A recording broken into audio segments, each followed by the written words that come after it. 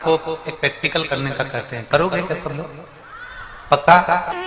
15 दिन लगातार अगर आपको शिव का दीदार करना है कि मेरा शंकर मेरी सुन क्यों नहीं रहा, मेरे सम्मुख क्यों नहीं, आप 15 दिन लोटा भर के जल लेकर जाओ और जो अशोक सुंदरी वाली जगह है ना, उनका चरण जहां गणेश कार्तिक और अशोक सुंदरी है, वहां जल शिवलिंग पर ना चढ़ाते हुए अशोक सुंदरी वाली जगह पर चढ़ा, शिव जी को लगेगा ये गणेश को जल चढ़ा रही है, कार्तिकेय को जल चढ़ा रही है, अशोक सुंदरी को जल चढ़ा रही है, पर मुझे जल ना चढ़ा रही। पक्का 15 दिन के अंदर सपने में महादेव खुद आकर तेरे को दर्शन नहीं दे, मंगलवार के दिन शिवलिंग पर चढ़ा दे, जो मांगोगे पूरा होगा। हनुमान जी का ध्यान करके एक आंकड़े के पत्ते पर शहद लगाकर शिवलिंग पर चढ़ा।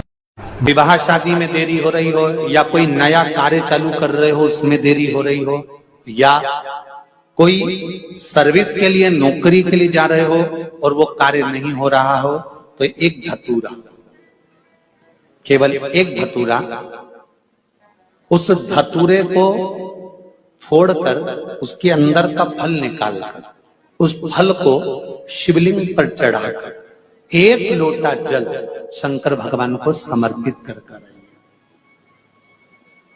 दिन होना चाहिए मंगलवार। कौन सा दिन होना चाहिए? जम के बोलो जरा, मंगलवार। समर्पित करो। उसके बाद में आप विवाह के लिए अगर समर्पित करे हैं तो विवाह में देरी नहीं होगी। व्यवसाय और व्यापार के लिए या नौकरी के लिए समर्पित करे हैं तो उसमें देते हैं। अगर आपको राहु केतु शनि मंगल बुध कष्ट देता है तो शंकर की चौखट पर, शंकर के मंदिर की जो देहली होती है, दरवाजा होता है, उसकी चौखट पर एक बेलपत्र समर्पित करना प्रारंभ कर दो। है श्री ओमकारेश्वर बाबा का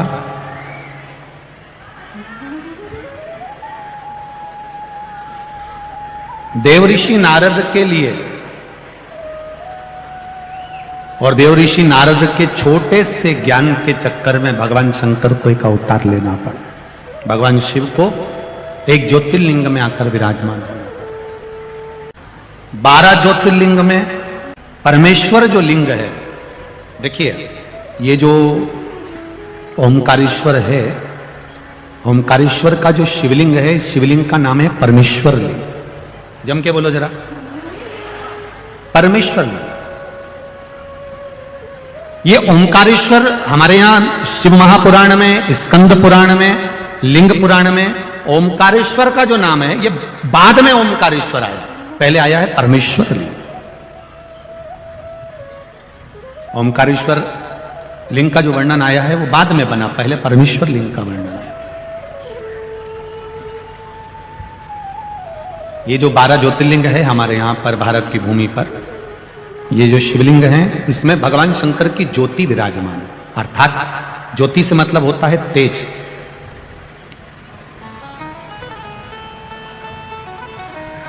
संसार में चाहे कोई शंकर जी की पूजन करे ना करे, पर जितने भी मनुष्य के शरीर है, मानव की जितनी देह है, मानव का जितना शरीर है, और चाहे जलचर हो, थलचर हो, वायुचर हो, जीव जितने भी हैं, उसमें जो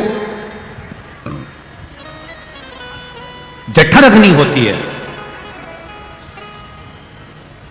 भोजन पचाने की जो सामर्थ्यवान अग्नि होती है, जो शरीर के अंदर होती है, वो शरीर की अग्नि ही शिव की ज्योति के तुल्य होती है। इसलिए उसको समझना कि संसार में जितने भी मनुष्य हैं, जितने भी मानव हैं, ये कोई साधारण नहीं है। सब में भगवान समाया है, प्रत्येक में नर नारायण, प्रत्येक में भगवान, प्रत्येक में भगवान समाये। इसलिए शायद लोग कहते हैं तुझ में रब दिखता है यारा में, सब में भगवान समाये, प्रत्येक। कंकर कंकर शंकर, और उसका फल केवल एक दीवार ऐसी होती है जहां पर हनुमान जी का चित्र लगाया जाता है। चाहे तुम पर्वत उठाने वाला चित्र लगाओ हनुमान जी का, चाहे बैठे हुए लगाओ, चाहे रामायण पढ़ने वाला लगाओ, चाहे लंका दहन करने वाला लगाओ, चाहे राम नाम जपने वाला लगाओ, चाहे लक्ष्मण को संजीवनी देने वाला लगाओ, चाहे मौन मुद्रा में लगा दो, चाहे स्तुति में लगा दो, चाहे भजन में लगा दो, हनुमान जी का कोई भी चित्र लगता है तो ना पूरब में लगेगा, ना पश्चिम में लगेगा, ना दक्षिण में लगेगा। हनुमान जी का अगर चित्र लगता है तो उत्तर की दीवार में दक्षिण को देखते हुए लगता है, केवल एक ही स्थान। ऐसे उनका आज तक हनुमान चालीसा पढ़ना नहीं है, आज तक कोई चालीसा, चाहे गायत्री चालीसा हो, लक्ष्मी चालीसा हो, शिव चालीसा हो, पढ़ना ही नहीं आती। बस बैठ गए भगवान के सामने और पढ़ लिया आसन लगा के। नहीं नहीं नहीं, चालीसा पढ़ने का भी एक नियम है। अगर कोई लक्ष्य लेकर पढ़ रहे हो तो उसका एक नियम है। पूरी जिंदगी पढ़ते रहोगे तो भगवान की प्राप्ति नहीं है, पर लक्ष्य लेकर अगर पढ़ा है आसन से, जिस भगवान की चालीसा पढ़ रहे हो उसकी मूर्ति या उसका फोटो आपके सामने होना चाहिए। एक घी का दिया, अगर हनुमान चालीसा पढ़ रहे हो तो या तो घी का दिया जलाओ, वो भी गाय के घी का हो, भैंस के घी का मत जलाना। हनुमान जी कभी प्रकट नहीं होंगे भैंस के घी से। घी का दिया लगाइए अगर चालीसा का पाठ कर रहे हो हनुमान जी का। और बहुत ज्यादा संकट है, बहुत ज्यादा परेशानी है तो हनुमान चालीसा का पाठ करो तो तिल्ली के तेल का दिया लगाओ, काली तिल के तेल का दिया, तिल का तेल का दिया हनुमान जी के सामने आसन बिछाकर। बहुत तकलीफ है तो 3 पाठ प्रतिदिन करो और एक आसन से जितने समय 9 बजे अगर आप बैठते हो पाठ करने तो 9 बजे ही बैठना है। 11 दिन तक प्रतिदिन 3 पाठ रोज करो। एक पानी का लोटा, कलश, तांबे का जल अर्थात तांबे का लोटा हो, स्टील का लोटा हो, तुम्हारे पास जो कलश हो उसमें जल भरकर, एक सिक्का उसमें पटक कर, एक लौंग पटक कर प्लेट से ढक कर रख दो और प्रतिदिन बस टाइम पर बैठकर पाठ करो। 11 दिन पूर्ण होंगे, जिस कामना से आपने पाठ करा है बस वो सिक्का, वो लौंग कलश में से निकाल लो, जल का आचमन करो और जिस काम के लिए करा है वो जल उस प्रयोग में ले लो। उस प्रयोग, किसी से बात करने जाना है तो वो जल पी कर जाइए, कोई से हाथ मिलाना है तो वो सिक्का, वो लौंग अपने हाथ में रखिए, अपने साथ रखिए। स्वयं जगत जननी जगदम्बा अम्बा मां पार्वती जी नंदी के पास बैठकर शिव की चर्चा करती हैं। इसलिए निवेदन है, यदि कभी मौका लगे आपकी जिंदगी में, कभी जीवन में अगर ऐसा लगे कि बहुत दुख है, बहुत तकलीफ है, बहुत कष्ट है, एक बेलपत्र अपने हाथ में रखो, उल्टे हाथ में, सीधे हाथ से उस बेलपत्र पर अपना हाथ रखिए, नंदीश्वर महादेव का स्मरण करिए, 7 बार श्री शिवाय नमस्तुभ्यम कहिए। फिर उस बेलपत्र को सीधे हाथ में रहकर, जो नंदी शिव जी के मंदिर में है, दोनों सींग है, उस सींग के ठीक पीछे नंदी का उभरा हुआ भाग है, उस भाग पर नंदीश्वर शिवलिंग का स्मरण कर कर बेलपत्र को चढ़ा दो। इस डंडी का भाग पूंछ की ओर होना चाहिए, पत्ते का भाग मुख की ओर हो, और उस बेलपत्र को बाबा के चढ़ाकर कितना भी दुख हो जिंदगी में, कितना भी कष्ट हो, नंदीश्वर महादेव का जब स्मरण आप करने लगते हो तो धीरे धीरे वो दुख कटना प्रारंभ हो जाता है, शिव हाथ पकड़ना प्रारंभ होता है। की धर्म पत्नी सतशीर्षा, और सतशीर्षा नाम यहाँ भी काम आता है जब कोई नारी के, स्त्री के रजस्वला धर्म की कोई तकलीफ हो, नारी को रजो धर्म से जुड़ी हुई कोई प्रॉब्लम हो, पेट में दर्द हो या तकलीफ हो या कष्ट हो, तो केवल सतशीर्षा का नाम लेकर यदि शिवजी के शिवलिंग पर, जैसे ये शिवलिंग है, सतशीर्षा का नाम लेकर अशोक सुंदरी वाली जो जगह, यहां से जल चढ़ाते चढ़ाते शिवलिंग के चारों तरफ 7 बार यदि जल की धार लगाई जाए और उसी का जल झेल कर नंदी के पास बैठ सतशीर्षा का नाम लेकर अगर किया जाए, रजो धर्म से जुड़ी हुई जितनी भी तकलीफ हो, रजस्वला धर्म से जुड़ी हुई जितनी भी तकलीफें होती हैं, वो धीरे धीरे समाप्त होने। घर में अगर कोई वाहन आता है, घर में अगर कोई गाड़ी आती है, चाहे 2 व्हीलर आए, चाहे 4 व्हीलर आए, या कोई फैक्ट्री हो जो चल नहीं रही हो, बड़े परेशान हो गए, कुछ दिन अच्छा चलती फिर बैठ जाती, कोई व्यापार आप कर रहे हैं और थोड़े दिन अच्छा चल रहा है, थोड़े दिन बैठ रहा है, तो कुछ नहीं करना, केवल हनुमान जी के मंदिर का उल्टा पांव का सिंदूर लेकर आइए, हनुमान जी के 3रे नंबर का भाई गतिमान का नाम लेकर, और दुकान पर, व्यापार पर, फैक्ट्री पर या गाड़ी पर उसका स्वस्तिक बना के, जिंदगी में कभी ना तो गाड़ी का एक्सीडेंट होगा, ना कहीं को गाड़ी कभी ठुकाएगी और ना कभी खड्डे में जाएगी। और अगर फैक्ट्री पर आपने अगर स्वस्तिक बनाया है तो वो फैक्ट्री कभी कर्जे में, खड्डे में नहीं। का आद्रा नक्षत्र है।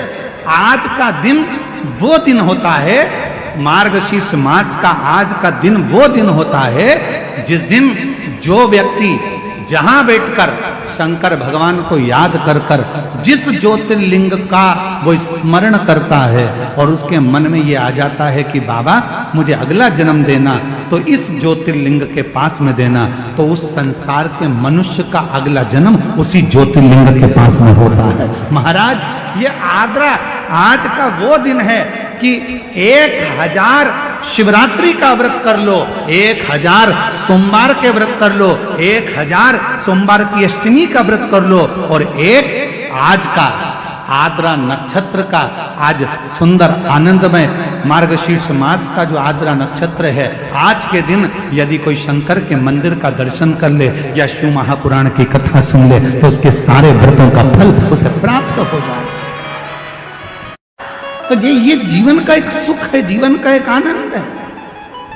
हार हार वो तो प्रदान कर रहा है। बहुत शिव जी के पास में कुछ वो कहते हैं, दो बातें आती हैं। एक नंबर पर आता है दाता और दूसरे नंबर पर आता है दयालु। मेरी कवर्धा की जीजियों, मेरे जीजाओं, मेरी बेटियों, बेटाओं, मेरी माताओं, मेरे बुजुर्ग माता पिता, थोड़ा ध्यान से सुनिएगा। एक नंबर पर आता है दाता और दूसरे नंबर पर आता है दयालु। दोनों में सर्वश्रेष्ठ किसको कहेंगे? जम के बोलो जल्दी से। दाता को श्रेष्ठ कहेंगे कि दयालु को श्रेष्ठ कहेंगे? बोलो बोलो जरा जम के बोलो। दाता श्रेष्ठ है कि दयालु श्रेष्ठ है? दयालु श्रेष्ठ। बिल्कुल सही कहे हैं कबीर धाम वाले, एक बार जोरदार ताली बजाओ अपने खुद के लिए। बिल्कुल दाता और दयालु ये दो शब्द हैं।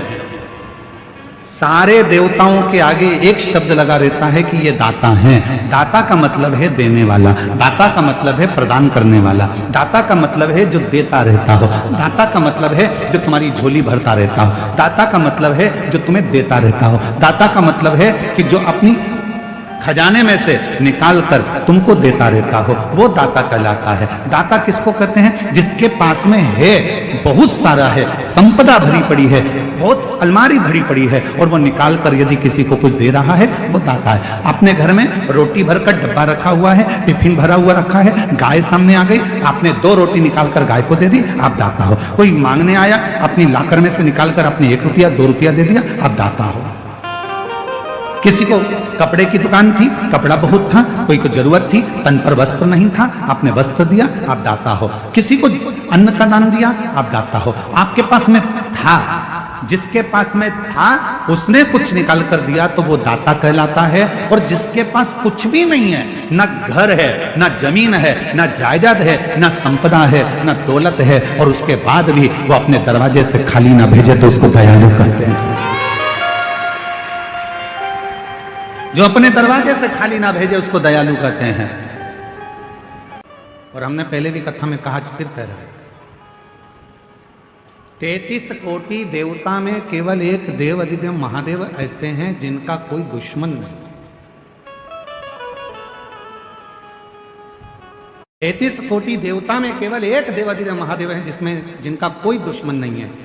देवता भी उनकी पूजन करते हैं, गंधर्व भी उनकी पूजन करते हैं, अप्सराएं भी उनकी पूजन करती हैं, पशु भी उनकी पूजन करते हैं, पक्षी भी उनकी पूजन करते हैं, नाग भी उनकी पूजन करते हैं, किन्नर भी उनकी पूजन करते हैं। जिनका आराधना साधना सब करते हैं वो केवल एक हैं, देव अधिदेव महादेव। सब पूजन।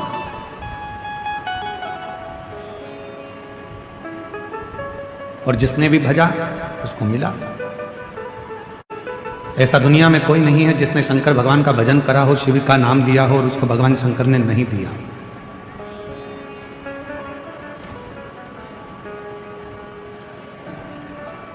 नानक देव जी अपनी इस मृत्यु लोक में रहो, इस संसार सागर में रहो, इस भूमि पर रहो तब तक उस परमात्मा का नाम स्मरण करते रहो।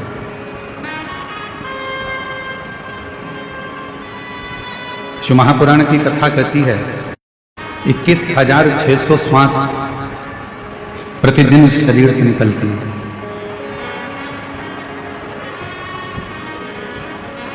और 21,600 श्वास प्रतिदिन इस शरीर से निकलती है। ऐसी कोई श्वास आपके शरीर से नहीं निकलना चाहिए जिस श्वास में उस रब को याद ना करो, उस परमात्मा को याद ना करो, उस ईश्वर को याद करो।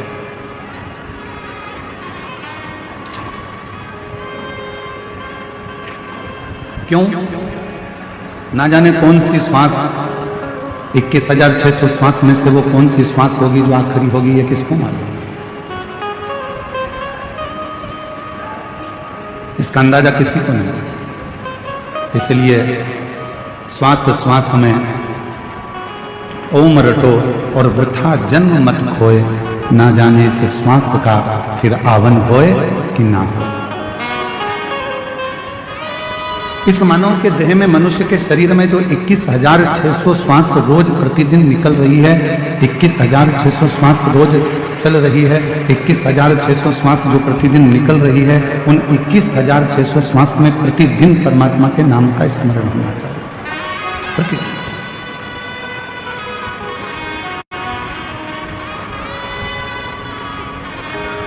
एक बार मां पार्वती जी, जगत जननी अम्बा जगदम्बा, मां जगत जननी दुर्गा भवानी कैलाश पर्वत से भ्रमण करती करती मृत्युलोक में काशी में पहुंच गए।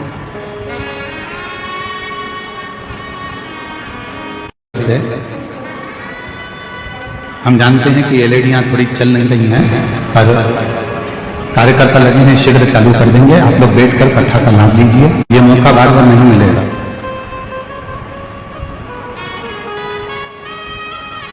और आज कथा की शिवरात्रि भी है, साथ में मार्गशीर्ष मास का आद्रा नक्षत्र भी है। और इस मां जगत जननी जगदम्बा अम्बा मां पार्वती जी, माता पार्वती जी भ्रमण करते करते घूमते घूमते घूमते घूमते काशी प्रदेश पहुंचे।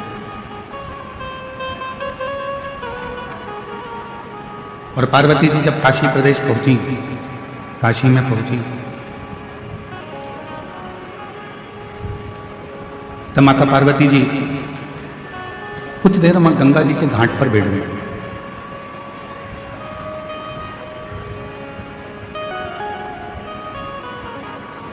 और मां गंगा जी के घाट पर काशी में जब पहुंचकर पार्वती जी बैठी, गंगा की लहरों की अटखलियां मां पार्वती जी देख रही हैं।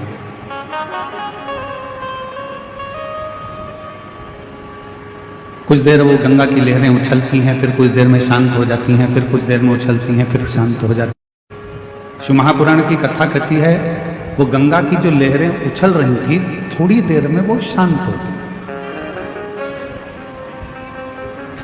कहते हैं जिसने अपनी जिंदगी में बुरा वक्त देखा होता है,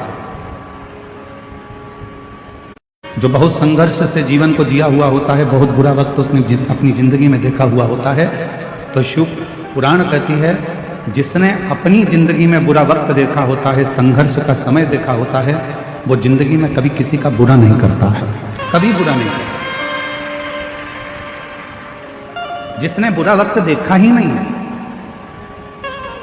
जिसने संघर्ष किया ही नहीं है, वो दूसरे का बुरा करने में लगा रहता है। क्यों? क्योंकि उसके पास पहले का वैभव है, उसके पिताजी छोड़कर गए, जमीन छोड़ गए, जायदाद छोड़ गए, संपदा छोड़ गए, धन दौलत छोड़ गए, गाड़ी बंगला छोड़ गए, तो वो दूसरे का बुरा करने में लगा है कि इसको मुझे आगे बढ़ने नहीं देना। पर जिसने अपनी जिंदगी का बुरा वक्त देखा है, बहुत संघर्ष किया, बहुत बुरा वक्त देखा, बहुत तकलीफ का समय देखा, वो जिंदगी में कभी किसी का बुरा नहीं करता, क्योंकि उसको मालूम है कि मैंने भी अपनी जिंदगी में बहुत बुरा वक्त देखा है और बहुत संघर्ष किया, बहुत संघर्ष।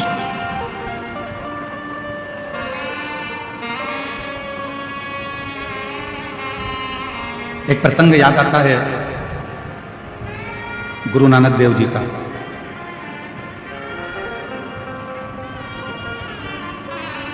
गुरु नानक देव जी ने रब नहीं है, परमात्मा नहीं है, तो इस कबूतर के प्राण वहां छोड़ना जहां पर ईश्वर ना हो, परमात्मा नहीं। गुरु नानक देव जी को प्रणाम कर कर, नमन कर कर चल दिया, कबूतर ले गए। जंगल में पहुंचा तो एक पेड़ के नीचे उस कबूतर को वो मारने के लिए आतुर हुआ, पर उसके मन में आया कि इस पेड़ पर कोई पक्षी बैठा होगा, वो देख रहा होगा। खुले आसमान में वो कबूतर को मारने के लिए आतुर हुआ, तो उसके मन में आया कि वो आकाश में कोई पर होगा तो देख रहा होगा। जहां बाले जाता उसके मन में यह भाव प्रकट हो जाता कि ईश्वर यहां भी है, ईश्वर वहां भी है, ईश्वर वहां भी है, रब यहां भी है, रब वहां भी है, रब संपूर्ण जगत में है, संपूर्ण तलातल में, रसातल में, वायुचर में, आकाश में, हर जगह पर वही रब, वही ईश्वर दिख रहा है। बाले उस कबूतर को लेकर गुरु नानक देव जी के पास वापिस आ गए। गुरु नानक देव जी बड़े मुस्कुरा कर पूछे, बाले तू तो कह रहा था कि रब सब दूर है ही नहीं, फिर इस कबूतर को तूने मारा क्यों नहीं? बाले ने कबूतर को तो उड़ा दिया और गुरु नानक देव जी के चरण पकड़कर कहा कि गुरु की जो वाणी होती है वो साधारण नहीं होती है। गुरु की वाणी ने कह दिया कि रब सब जगह पर है, तो वो ईश्वर हर जगह पर नजर आए।